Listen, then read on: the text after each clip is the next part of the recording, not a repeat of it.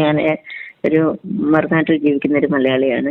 എൻ്റെ ഒരു അഭിപ്രായം, ഈ പാസ്റ്റർ ടിനു ജോർജിന്റെ പ്രശ്നം ഇതാകുമ്പം ഇതിനെ ശരിയാണ്, പുള്ളി ആ പറഞ്ഞത് റെക്കോർഡാണെന്ന് പറഞ്ഞ് അത് തെറ്റാണെന്ന്, ഞാനും ഒരു ക്രിസ്ത്യാനിയാണ്, പെന്തിക്കോസ് വിശ്വാസമുള്ള വ്യക്തിയാണ്, ഞാൻ അതിനെ സമ്മതിക്കുന്നു. അത് തെറ്റാണ്. അത് പുള്ളിയുടെ സൗണ്ടാണ്. അത് ഒരിക്കലും ദൈവം ഒരിക്കലും ഒരു മനുഷ്യരോടും അങ്ങനെയൊന്നും പറയത്തില്ല.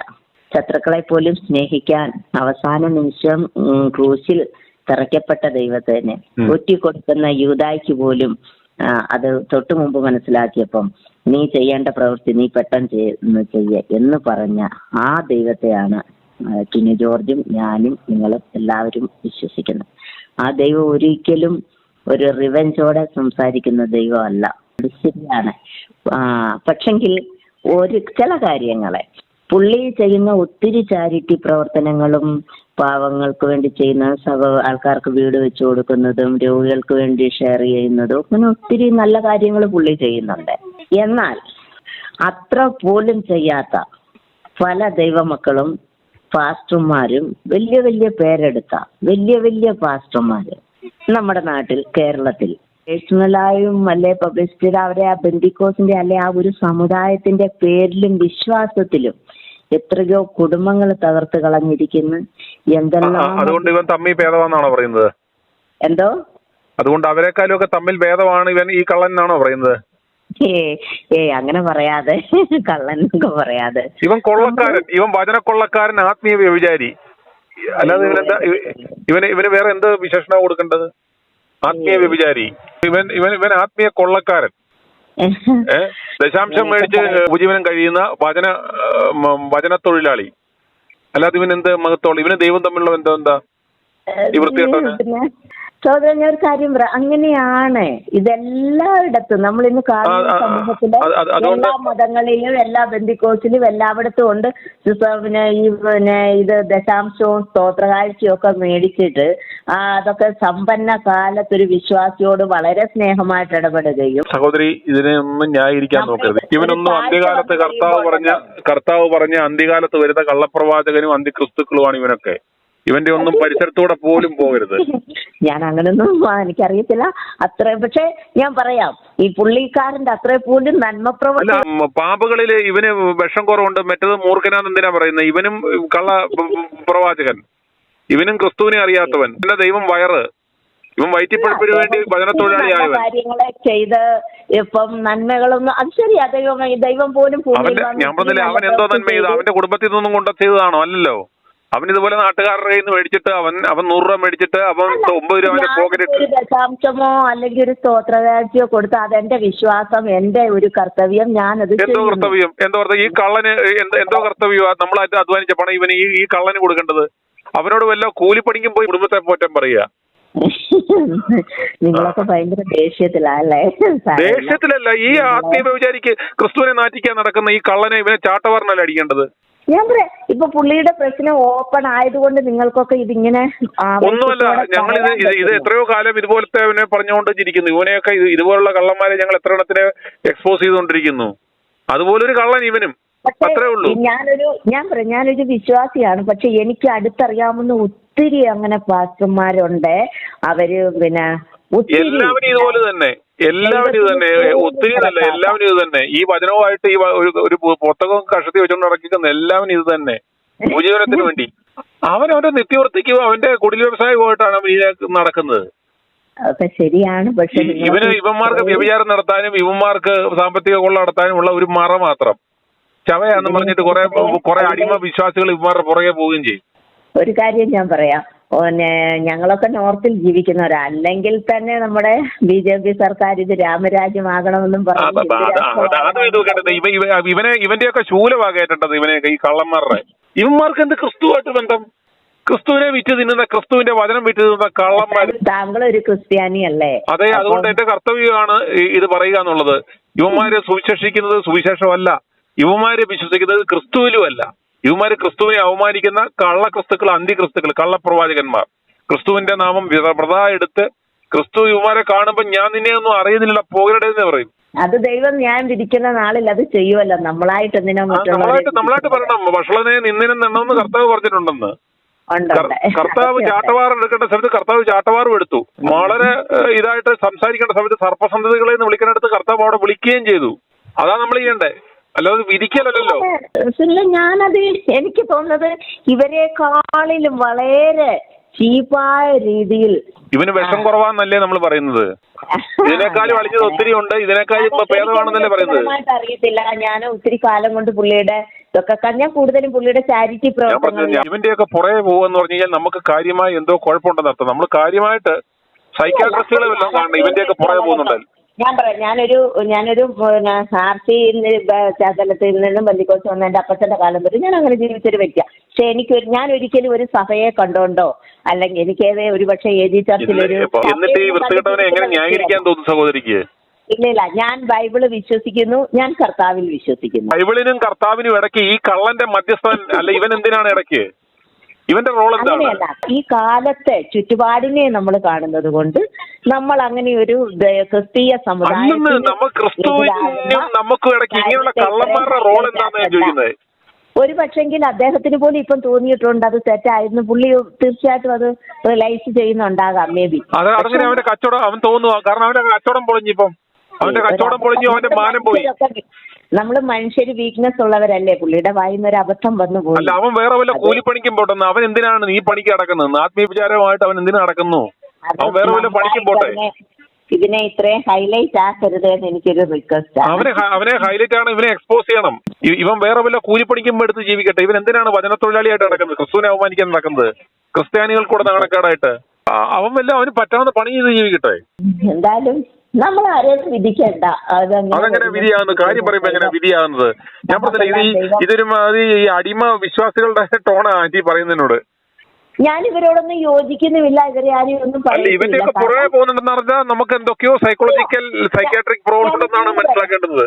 എനിക്ക് 49 വയസ്സുണ്ട്. ഇന്ന് വരെ ഞാൻ നാട്ടിൽ വരുന്ന സമയത്ത് ഒരു കൺവെൻഷനോ എങ്ങും പോകത്തില്ല. ഒരു ഞായറാഴ്ച പോയി പള്ളിയിൽ പോയി മനമര്യാദയ്ക്ക് പ്രാർത്ഥിച്ചിട്ട് ഞാൻ തിരിച്ചെന്റെ ജോലിക്ക് എന്റെ സ്ഥലത്ത് പോകുന്നത്.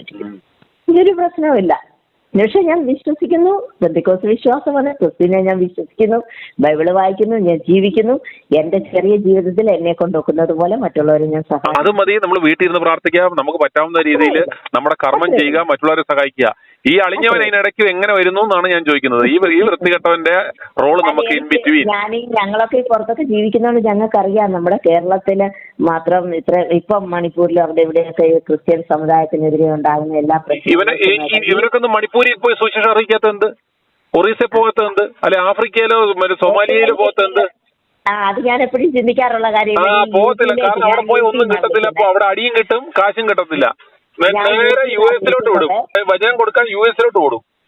UP-യിൽ അയോധ്യയിലെങ്ങാനും വന്നൊന്ന് സുവിശേഷം പറഞ്ഞേ പറയുവോ? അയ്യോ നോവും. അത് പറഞ്ഞ ഇവനൊക്കെ വെറും ആത്മീയ കൊള്ളക്കാരന്മാർ. ഇത് കാലഘട്ടത്തിന്റെ ആവശ്യമാണ്. ഇവന്മാരുടെ ഈ പൊള്ളത്തരങ്ങൾ ഇത് യഹോവയാൽ നിവർത്തിക്കപ്പെടുന്നതാണ്. ഞാൻ പറഞ്ഞ കർത്താവ് പറഞ്ഞിട്ടുണ്ടല്ലോ, ഗൂഢമായി ചെയ്തതും ചെവിയിൽ മന്ത്രിച്ചതും ഒക്കെ പെരുമകളിൽ ഘോഷിക്കും. നല്ല കാര്യം. എങ്ങനെ ഇത്രയും ഇപ്പം ഈ 2 ദിവസം കൊണ്ട് ഈ സോഷ്യൽ മീഡിയ എത്രയും വൈറലായത് അല്ലെങ്കിൽ തന്നെ നമ്മുടെ വായിൽ നിന്നൊരു അബദ്ധം. നമ്മളൊക്കെ മനുഷ്യര് ബലഹീനരാണ്. അവരിപ്പം പാസ്റ്റർമാരായാലും വിശ്വാസികളായാലും നമ്മളെല്ലാം സഹോദരി പറഞ്ഞ എന്നിട്ട് ഇവന്റെ കച്ചവടത്തെ സഹായിക്കാനോ? മിണ്ടാതിരുന്നിട്ട് ഇവന്റെ കച്ചവട ആത്മീയ വ്യഭിചാരത്തെ നമ്മൾ സഹായിച്ചു വിടാനോ?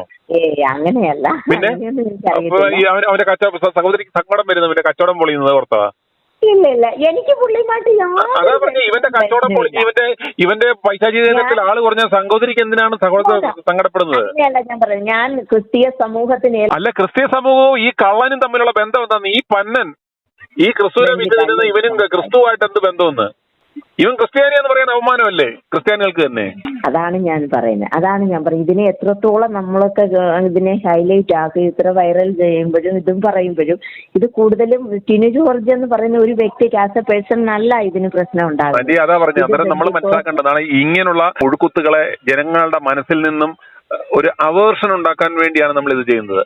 അങ്ങനെ ആകുമ്പോഴത്തേക്കും ഇങ്ങനെയുള്ള പുഴുക്കുത്തുകൾ ഇവനൊക്കെ പുഴുക്കുത്തുകളാണ് മനസ്സിലാകും. അനേകായിരങ്ങൾ ഇവന്മാരുടെ തട്ടിപ്പിനകത്തും ഇതിനകത്തും ഒന്നും ഇവന്മാര് വീഴത്തില്ല. ഇവനൊന്നും ക്രിസ്തുവായിട്ട് യാതൊരു ബന്ധവും ഇല്ല എന്ന് മനസ്സിലാകും. നമ്മുടെ കേരളത്തിൽ ജീവിക്കുന്നത് കൊണ്ട് ഇവരുടെയൊക്കെ കഥകൾ പുറത്തു വരുന്നു. പുറനാടുകളിലെ വിദേശങ്ങളിലൊക്കെ ജീവിക്കുന്നവരൊക്കെ ഫോറിൻ കൺട്രീസിലൊക്കെ സെറ്റിൽഡ് ആകുന്നവരെ കുറിച്ചൊന്നും നമ്മുടെ നാട്ടിൽ യാതൊന്നും വരുന്നില്ല. അല്ല, അതിനെക്കുറിച്ച് സഹോദരി എന്തിനാ വ്യാപരിക്കുന്നത്? ഇവന് ഈ വരുന്ന ഡാമേജിനെ കുറിച്ച് എന്തിനാ ഇത്ര ആകുലപ്പെടുന്നതെന്ന്? നമുക്ക് ഇവന്റെ വല്ല പങ്ക് കിട്ടുകയോ അല്ല ഇവൻ നമ്മളുടെ കച്ചവട അല്ല കേരളത്തിലുള്ള ഒരു വ്യക്തി അവിടെ സജീവമായിട്ട് പുള്ളി ഒത്തിരി നല്ല കാര്യങ്ങൾ ചെയ്യുന്നു. എന്തോ നല്ല കാര്യം ചെയ്യുന്നു? ഒത്തിരി കാര്യങ്ങൾ എന്തോ കാര്യം ചെയ്യുന്നു? അവന്റെ കുടുംബത്തിൽ നിന്ന് എടുത്തിട്ടാണ് അവൻ ചെയ്യുന്നത്. ഇവൻ അതായത് തെണ്ടിപ്പെറുക്കി നടന്ന ഇവൻ ഇന്ന് എത്ര കോടി രൂപയുടെ ആസ്തി ഉണ്ടായി? ഇത് എവിടുന്ന് വന്നാ പറ? ഇവൻ എന്ത് കച്ചവടം ചെയ്തേക്കുന്നത്? ഇവൻ എന്ത് ബിസിനസ്സാണ് ചെയ്തേക്കുന്നത്?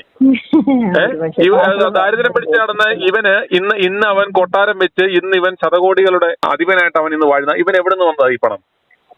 ഈ വചന കച്ചവടം അല്ലാതെ അവൻ ചെയ്തേക്കുന്ന വേറെ കച്ചവടം എന്താ അവൻ ചെയ്തേക്കുന്നത്? ഞാൻ അനിത കുമാരിയാണ്, വഴയിലയ. ഞാൻ ഒരു ഹിന്ദു കുടുംബത്തിൽ നിന്ന് 22 വയസ്സുള്ളപ്പോഴത്തേക്ക് പെന്തക്കോസ് സഭയിലോട്ട് തന്നെ പോയി. വേറെ പോയി കത്തോലിക്ക സഭയോ ആഭരണം ഇടുന്ന സഭയോ ഒന്നും ഞാൻ നോക്കിയില്ല. ദൈവം സംസാരിച്ചിട്ട് ഇറങ്ങിപ്പോയതാണ്. ഞങ്ങൾ ഹിന്ദു ആയിരിക്കുമ്പോൾ കോടീശ്വരായി ജനിച്ചിട്ട് സകലതും നഷ്ടപ്പെട്ട് എൻ്റെ പിതാവും മരിച്ചു.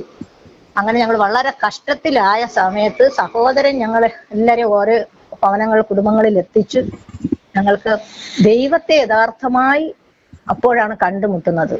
മറ്റു ദൈവങ്ങളൊന്നും ഞങ്ങളെ രക്ഷിച്ചില്ല.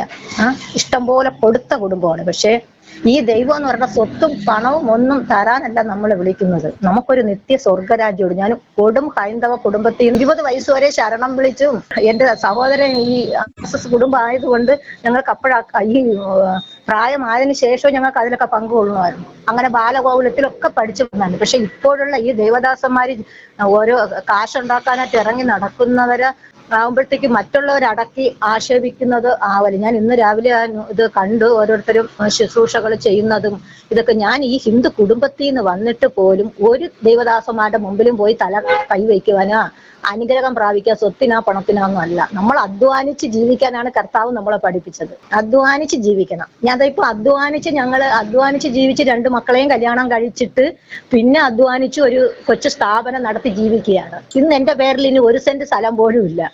അതെല്ലാം മക്കൾക്ക് വേണ്ടി, മക്കളുടെ ആവശ്യങ്ങൾക്ക് വേണ്ടി ഉപയോഗിച്ച്. എന്നിട്ട് വീടില്ല എന്നല്ല, കൊച്ചൊരു വീടുണ്ട്, സന്തോഷമായി ജീവിക്കുന്നുണ്ട്. ഈ സ്വത്തും പണവും ആഗ്രഹിച്ച് ഇങ്ങനെ നടക്കുന്ന പെന്തക്കോസിന്റെ അർത്ഥം എന്ന് പറഞ്ഞാൽ, ഞാൻ ഒരു 22 വയസ്സ് വരെ ഹിന്ദു ആയിരുന്ന രാമായണം വായിച്ച വ്യക്തിയാണ്. അതിനുശേഷം ബൈബിൾ വായിച്ച് പഠിക്കുമ്പോൾ ദൈവം നമ്മളോട് സംസാരിക്കും കണക്ക് ആണ് നമ്മൾ ഇടപെടുന്നത്. അല്ലാതെ സ്വത്തും പണം അല്ല. ഒരു നിത്യ സ്വർഗരാജ്യം. അത് അങ്ങനെയാണ് ഞങ്ങളൊക്കെ ഇറങ്ങി തിരിച്ച് ഞങ്ങൾ ആഭരണം ആയാലും മാറ്റി ദൈവത്തിന്റെ മണവാട്ടിയും തന്നെ എങ്കിൽ പറയാം. അങ്ങനെ ജീവിക്കുന്ന ഒരുപാട് പേരുണ്ട്. പെന്തക്കോസിന്റെ അർത്ഥം 50-ാം ദിവസം കർത്താവ് മരിച്ചു ഉയർത്തെഴുന്നേൽക്കുന്ന മുമ്പ് 50-ാം ദിവസം നമുക്ക് നമ്മുടെ ദൈവത്തിന്റെ ആത്മാവ് മനുഷ്യരുടെ മേൽ വന്നത് 50-ാം നാളെന്നാണ് അതിന്റെ അർത്ഥം. ഞാൻ 4 പ്രാവശ്യം ബൈബിൾ ഫുള്ള് പഠിച്ച ശേഷമാണ് ഫുള്ള് വായിച്ച ശേഷമാണ് ഞാൻ ഓരോരുത്തരുടെ പറയാനൊക്കെ തുടങ്ങിയതൊക്കെ. അപ്പൊ അതുകൊണ്ട് എല്ലാവരും അടക്കി ആക്ഷേപിക്കരുത്. ഞങ്ങളൊക്കെ വളരെ സത്യസന്ധമായി അധ്വാനിച്ച് ജീവിക്കുന്നവരാണ്. എന്റെ കർത്താവ് പറയും, നിങ്ങൾ പോയി സുവിശേഷം അറിയിപ്പീൻ. എന്റെ സുവിശേഷം കാലം അവസാനമായിരിക്കുന്നു. അന്ത്യനാളിൽ കള്ളപ്രവാചകന്മാർ. ഇന്ന് ഈ കള്ള പാച്ചർമാര് പറഞ്ഞ എന്റെ പൈശാചിക കേന്ദ്രത്തിലോട്ട് വാ, ദശാംശം കൊണ്ടുവാ, കൈത്ത് കൊണ്ടുവാ, ഡൊണേഷൻ കൊണ്ടുവാ, സ്തോത്ര കാഴ്ച ഇടുക. അങ്ങനെ ഒന്നും കർത്താവ് പഠിപ്പിച്ചിട്ടില്ല. പിന്നെ നമ്മൾ ജോലി ചെയ്യുന്നതിന്റെ ഒരു അംശം നമ്മുടെ സഭയിൽ നമുക്ക് വേണ്ടി അവര് മധ്യസ്ഥാണ്. ഞാനിവിടെ എന്തോ മധ്യസ്ഥത അണയ്ക്കാന് ഇവന്റെ മധ്യസ്ഥത അണയ്ക്കാന് ആരാ പറഞ്ഞേക്കുന്നത്? ഏത് ബൈബിളിലാ പറഞ്ഞേക്കുന്നത്? അത് പിന്നെ കർത്താവ് ഞങ്ങൾക്ക് വേണ്ടി മധ്യസ്ഥ അണച്ചിട്ടല്ലേ പോയത്. കർത്താവ് മധ്യസ്ഥ അണച്ചെന്ന് പറഞ്ഞിട്ട് ഇവൻ കൂലിക്കും വേലയ്ക്കും പോകാതെ ഇവൻ എന്തോ അണയ്ക്കാനിരിക്കും. അവനോട് വല്ല വാർക്കപ്പണിക്കും അങ്ങനെയല്ല. ഒരു സഭ നടത്തുന്ന ഒരു ദൈവദാസം അല്ലാതെ ഇത് സഭ നടത്താൻ ആരോട് പറഞ്ഞു? ഈ കമ്പനി നടത്തുന്ന പോലെ സഭ നടത്തേണ്ട ആവശ്യം എന്തായിരിക്കുന്നത്? കർത്താവ് ഏത് സഭയാ നടത്തിയത്?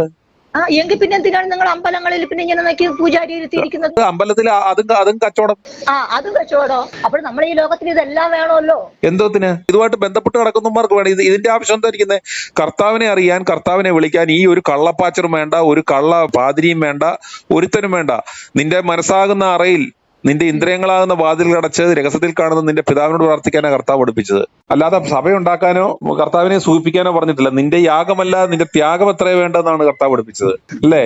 ഞാൻ ഒരു കാര്യം പറയാം. ഞാൻ അറിഞ്ഞ സത്യത്തെ പറയണം. ഞങ്ങൾ ഒരാഴ്ചയിൽ ഒരാഴ്ച ജോലി ചെയ്ത് കഴിഞ്ഞാൽ ഞങ്ങൾ സഭയിൽ പോയി ഞങ്ങളിരുന്ന് ഉച്ചവരെയൊക്കെ ഞങ്ങൾ പ്രാർത്ഥിക്കും. അത് ഞങ്ങളുടെ മനസ്സന്തോഷം, സമാധാനം. ഞങ്ങൾ അവർക്ക് കൊണ്ടുവന്ന് കാശുകളൊന്നും അവർക്ക് ഞങ്ങളുടെ സഭയിൽ ചിലപ്പോൾ ഞങ്ങൾ ഒരു ബിൽഡിംഗ് ആകുമ്പോഴത്തേക്കും അവിടെ എന്തൊക്കെ ആവശ്യങ്ങളുണ്ട് അത് നമ്മൾ തന്നെയാണ് നമ്മൾ അറിഞ്ഞ് ചെയ്യേണ്ടത്. അല്ലാതെ അവര് കൊണ്ടുപോവാന്ന് പറയുമ്പോൾ കൊടുക്കുന്നതല്ല ഒരു ക്രിസ്ത്യാനി എന്ന് പറയുന്നത്. ഇന്ന് ഈ പറഞ്ഞ ഈ സഭകളും ഈ പരിപാടികളും എല്ലാം യുവമാരുടെ കാശ് ഉണ്ടാക്കാൻ വേണ്ടിയും ഇതെല്ലാം ആരുടെ പേരിലാണ്? കാശ് ഉണ്ടാക്കുന്നവരെ വിളിച്ച് അതിന് ഞാൻ എതിരാണ്. അതിന് ഞാൻ ഇങ്ങോട്ട് ഞാൻ ഇങ്ങനെ പോകുമ്പോ രാത്രിയാകുമ്പോൾ കുറെ ലൈറ്റുകളൊക്കെ ഈ അമ്പലങ്ങളിൽ പണ്ട് നമ്മൾ ജനിച്ചു വളർന്ന് അന്നത്തെ ആചാരങ്ങള് അതനുസരിച്ച് നമ്മൾ ജീവിച്ചു. ഇപ്പോഴും ഈ പള്ളിക്കാർ ഈ ലൈറ്റ് തന്നെ ലക്ഷങ്ങൾ മുടക്കിയിട്ട് ഇങ്ങനെ വരുമ്പോ ഞാൻ വിചാരിക്കും എത്രയോ സാധുക്കൾ അടുത്തുണ്ട്. ഈ ഒരു ദിവസം ലൈറ്റ് കത്തുന്ന പൈസ എത്ര വീട്ടിൽ പാവങ്ങൾക്ക് കറണ്ട് ബില്ല് അടയ്ക്കാൻ വരും? ഇങ്ങനെയൊക്കെ ചിന്തിച്ചാണ് ഞാൻ ദൈവത്തോട് ജീവിക്കുന്നത്. അവർ എന്തുമാത്രം പൈസയാണെന്നോ ദൂരത്തടിച്ച് കളയുന്നത്. i2i News, an eye for truth. i2i News subscribe ചെയ്തിട്ടില്ലാത്തവർ ഇപ്പോൾ തന്നെ സബ്സ്ക്രൈബ് ചെയ്യുക. നോട്ടിഫിക്കേഷൻ ലഭിക്കുവാൻ ബെൽ ബട്ടണും അമർത്തുക.